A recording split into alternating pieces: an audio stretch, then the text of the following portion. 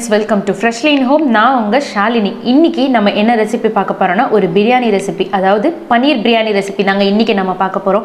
யூசுவலா நம்ம vegetable biryani, chicken, mutton, mushroom, fish இப்படி எல்லாமே நம்ம ட்ரை பண்ணுவோம்ல. இந்த பனீர் பிரியாணியை ட்ரை பண்ணி பாருங்களா, செம்மையா இருக்கும். ஒரு பெரிய ரெஸ்டாரண்ட்ல சாப்பிட்ற ஃப்ளேவரோட பனீர் பிரியாணி கண்டிப்பா இருக்குங்க. ஸோ இந்த வீடியோவை ஃபுல்லா பார்த்துட்டு உங்க வீட்டில் இந்த பனீர் பிரியாணியை ட்ரை பண்ணி பாருங்க. இப்போ நம்ம பனீர் பிரியாணி எப்படி பண்றதுன்னு பார்க்கலாம்.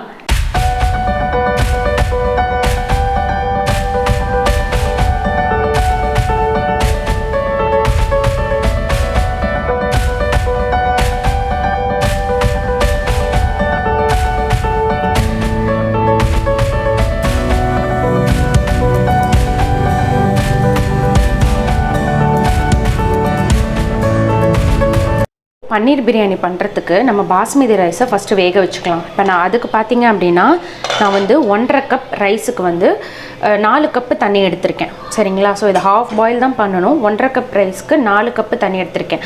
ஸோ இப்போ இது நல்லா கொதிக்க ஆரம்பிச்சிருக்கு. இப்போது இதில் பார்த்தீங்க அப்படின்னா ஒரே ஒரு பிரிஞ்சி இலை, ஒரு 3-4 ஏலக்காய், அப்புறம் ஒரு 4-5 கிராம்பு.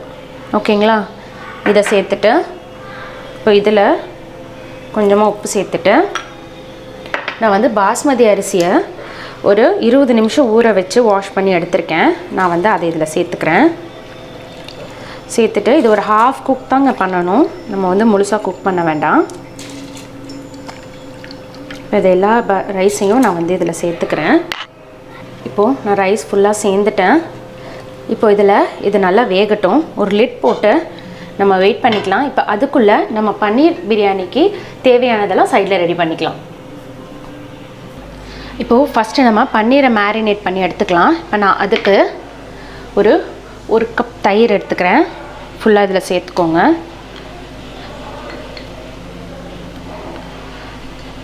அடுத்தது கொஞ்சமாக மஞ்சப்பொடி, கொஞ்சமாக துருவின இஞ்சியை நல்லா துருவி எடுத்துக்கோங்க. கொஞ்சமாக மிளகாத்தூள், அப்புறம் கொஞ்சமாக பிரியாணி மசாலா லைட்டாக ஒரு ஹாஃப் ஸ்பூன் அந்த மாதிரி. அதுக்கடுத்தது கொஞ்சமாக கஸ்தூரி மேத்தி, அப்புறம் கொஞ்சமாக உப்பு. நம்ம வந்து சாதத்துக்கும் உப்பு போட்டிருக்கோம், ஸோ பார்த்துட்டு உப்பு சேர்த்துக்கோங்க. அதுக்கடுத்தது நான் பன்னீர் எடுத்திருக்கேன். இப்போது நரசூஸில் பன்னீர் விட்டுருக்காங்க, ரொம்பவே நல்லா இருக்குது. நான் அந்த பன்னீர் தான் எடுத்திருக்கேன். இப்போ இதை நல்லா கலந்து விட்டுக்கோங்க, கட்டியே இல்லாமல். இப்போது இதில் இந்த பன்னீரை சேர்த்துக்கலாம். சேர்த்துட்டு ரொம்ப சாஃப்டாக பிரட்டி விடுங்க, ரொம்பவே சாஃப்டாக. பன்னீர் வந்து உடஞ்சிடக்கூடாது. ஸோ இப்போ வந்து பன்னீரை வந்து நல்லா பிரட்டியாச்சு, தெரியுது இல்லையா உங்களுக்கு? அப்போது இது ஒரு 10 மினிட்ஸ் அந்த சாதம் ஆகிற வரைக்கும் இது கொஞ்சம் நல்லா ஊறி வரட்டுமே. ஸோ அது வரைக்கும் நம்ம வெயிட் பண்ணிக்கலாம்.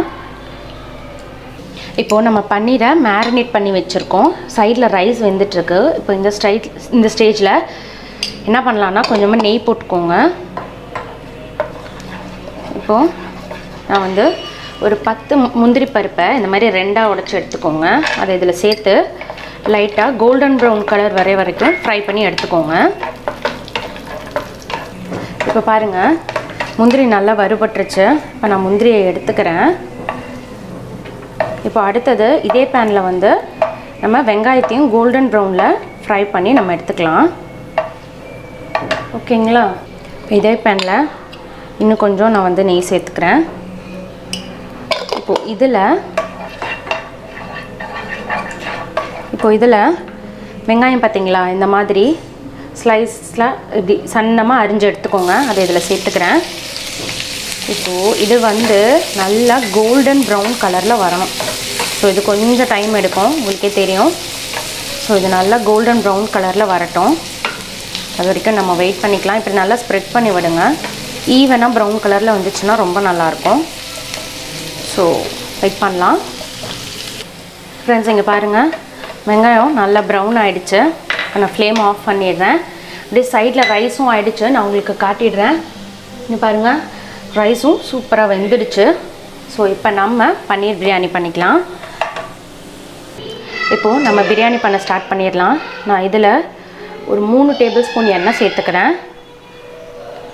3 டேபிள் ஸ்பூன் எண்ணெய் சேர்த்துக்கோங்க. இப்போ எண்ணெய் சூடாயிடுச்சு. இதில் ஒரு 1 டேபிள் ஸ்பூன் ஜீரகம் சேர்த்துக்கோங்க. அப்புறம் கொஞ்சமாக குருமிளகு, 2 பிரிஞ்சி இலை, ஒரு 2 பட்டை, ஒரு அன்னாசி மொக்கு. நம்ம ஆல்ரெடி சாதத்திலேயே ஏலக்காயும் கிராம்பும் போட்டிருக்கிறதுனால நம்ம வந்து இதில் அதை சேர்த்துக்க வேண்டாம். ஸோ இதை வந்து நல்லா பொரியட்டும், பொரிஞ்சு வரட்டும். இப்போ பாருங்கள் எல்லாம் பொரிஞ்சிருச்சு. இதில் நான் ஒரு 2 பெரிய வெங்காயம் கட் பண்ணி வச்சுருக்கேன். நான் அதை ஃபுல்லாக வந்து இதில் சேர்த்துக்கிறேன். ஸோ இதை நல்லா ஃப்ரை பண்ணி விடுங்க. இது லைட்டாக வந்து டிரான்ஸ்பரண்ட் ஆகணும்.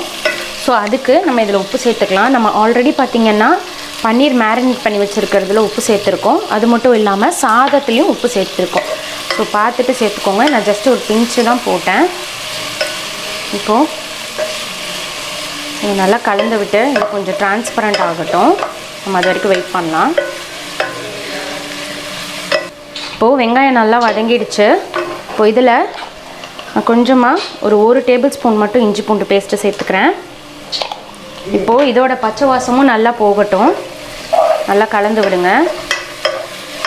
இப்போது இஞ்சி பூண்டு வாசமும் போயிடுச்சு. ஸோ இப்போ இதில் நான் மசாலா பொடியெல்லாம் சேர்த்துக்கலாம். கொஞ்சமாக மஞ்சள் பொடி சேர்த்துக்கோங்க. ஒரு டேபிள் ஸ்பூன் கரம் மசாலா, ஒரு 1 டேபிள் ஸ்பூன் மிளகாத்தூள். ஓகேங்களா? இப்போ இதை நல்லா வதக்கி விடுங்க. இப்போது இதில் நம்ம வந்து தக்காளி சேர்த்துக்கலாம். நான் வந்து ஒரு பெரிய தக்காளி எடுத்திருக்கேன். சின்னதாக இருந்தால் 2 எடுத்துக்கோங்க. ஸோ இப்போ இதை போட்டு நல்லா மிக்ஸ் பண்ணி விட்டுட்டு இந்த தக்காளி வதங்கிறதுக்காக கொஞ்சமாக உப்பு சேர்த்துக்கிறேன். ஸோ நல்லா கலந்து விடுங்க. தக்காளி வந்து நல்லா மேஷ் ஆகணும். ஓகேங்களா? ஸோ அந்த மாதிரி வரணும். இப்போ அதுக்கு என்ன பண்ணலான்னா இதை நல்லா ஸ்ப்ரெட் பண்ணி விட்டுட்டு ஒரு லிட் போட்டு நான் க்ளோஸ் பண்ணிக்கிறேன். தக்காளி நல்லா மேஷி ஆகட்டும். ஃப்ரெண்ட்ஸ், இப்போ தக்காளி மேஷி ஆகிடுச்சான்னு பார்க்கலாம். பாருங்கள், சூப்பராக மேஷி ஆகிடுச்சு. இப்போது அவ்வளோதாங்க.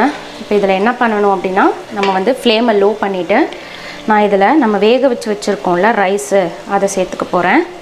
ஃபஸ்ட்டு ஒரு லேயர் ஃபுல்லாகவே வந்து ரைஸ் சேர்த்துக்கோங்க ஈவனாக ஸ்ப்ரெட் பண்ணுறதுக்கு. ஸோ ஃபஸ்ட்டு ஈவனாக ஸ்ப்ரெட் பண்ணிக்கலாம். இப்போ பாருங்கள், நான் ஒரு லேயர் மட்டும் ரைஸ் போட்டிருக்கேன். பார்த்தீங்களா? இப்போது அதை நல்லா ஸ்ப்ரெட் பண்ணி விட்டுட்டு இப்போது இதில் நான் என்ன சேர்த்துக்க போகிறேன் அப்படின்னா நம்ம மேரினேட் பண்ணி வச்சுருக்கோம்ல பன்னீர், ஸோ அதை சேர்த்துக்க போகிறேன். ஸோ அதை அப்படியே லைட்டாக இப்படி சேர்த்துக்கோங்க. ஃபுல்லாக ஒரு லேயர் ஃபுல்லாகவே அந்த ஃபுல் பேட்சையும் போட்டுருங்க. அந்த நம்ம பரட்டி வச்சுருக்கோம்ல அதை நான் ஃபுல்லாகவே வந்து இதை ஃபுல்லாக சேர்த்துக்கிறேன் நான்.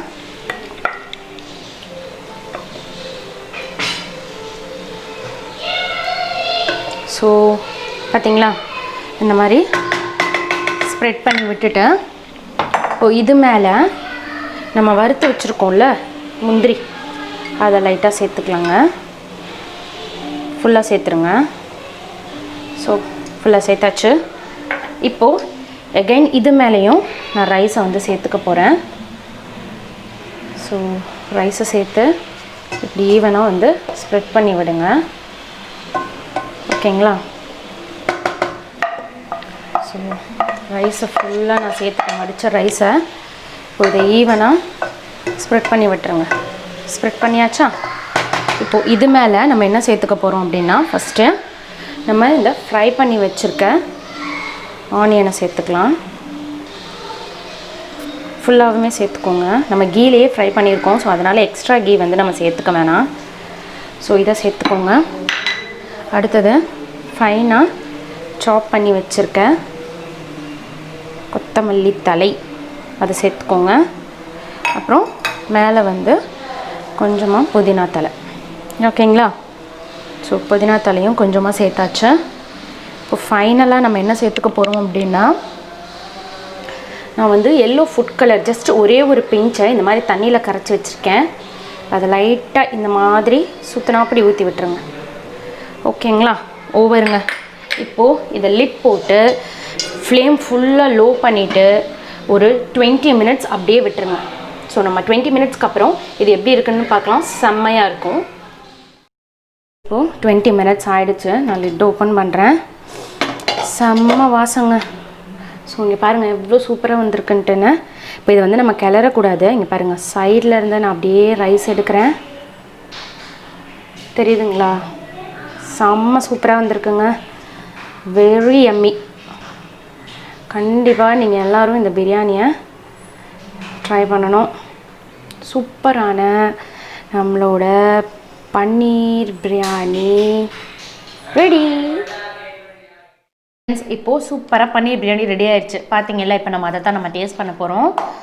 நான் எடுத்துட்டு உங்களுக்கு காட்டுறேன். பாருங்கள், தெரியுதா? அங்கே பாருங்களேன், செம்மையாக வந்திருக்கு.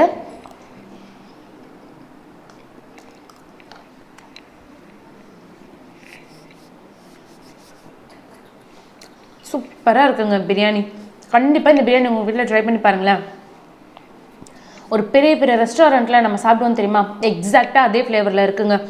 செம்ம ஃப்ளேவர், செம்ம டேஸ்ட்டு. அந்த நெய்யில் வதக்கி போட்ட வெங்காயம் அவ்வளோ சூப்பராக இருக்குங்க. அவ்வளோ ஒரு கேரமலான ஃப்ளேவர். நீங்கள் ட்ரை பண்ணி பார்த்தீங்கன்னா தான் தெரியும். இதோட preparation time plus cooking time பார்த்தீங்கன்னாலே 45 மினிட்ஸ் தாங்க ஆகும். கண்டிப்பாக சூப்பரான ஒரு யம்மியான பிரியாணி ட்ரை பண்ணலாம். இது கூட நீங்கள் வந்து பன்னீர் பட்டர் மசாலா, அப்புறம் கடாய் வெஜ் கிரேவி, இந்த மாதிரிலாம் ட்ரை பண்ணலாம். சிம்பிளான ஆனியன் ரைத்தா, வெள்ளரிக்காய் போட்டு குக்கும்பர் போட்டு நீங்கள் பண்ணிங்கன்னா கூட செம்மையாக இருக்குங்க இது கூட சாப்பிட்றதுக்கு. ஸோ கண்டிப்பாக இந்த ரெசிபியை உங்கள் வீட்டில் ட்ரை பண்ணி பாருங்கள். இந்த வீடியோ பிடிச்சிருந்துச்சுன்னா லைக் பண்ணுங்கள், ஷேர் பண்ணுங்கள். மறக்காமல் நம்ம சேனலை சப்ஸ்கிரைப் பண்ணிக்கோங்க. பக்கத்தில் இருக்கிற பெல் ஐக்கானை கிளிக் பண்ணி ஆல் கொடுத்துக்கோங்க. ஸோ நெக்ஸ்ட்டு ஒரு சூப்பரான குக்கிங் வீடியோ இல்லை ஆர்கனைசேஷன், DIML, vlog இந்த மாதிரி ஒரு வீடியோவில் நான் உங்களை மீட் பண்ணுறேன். அது வரைக்கும் பாய்.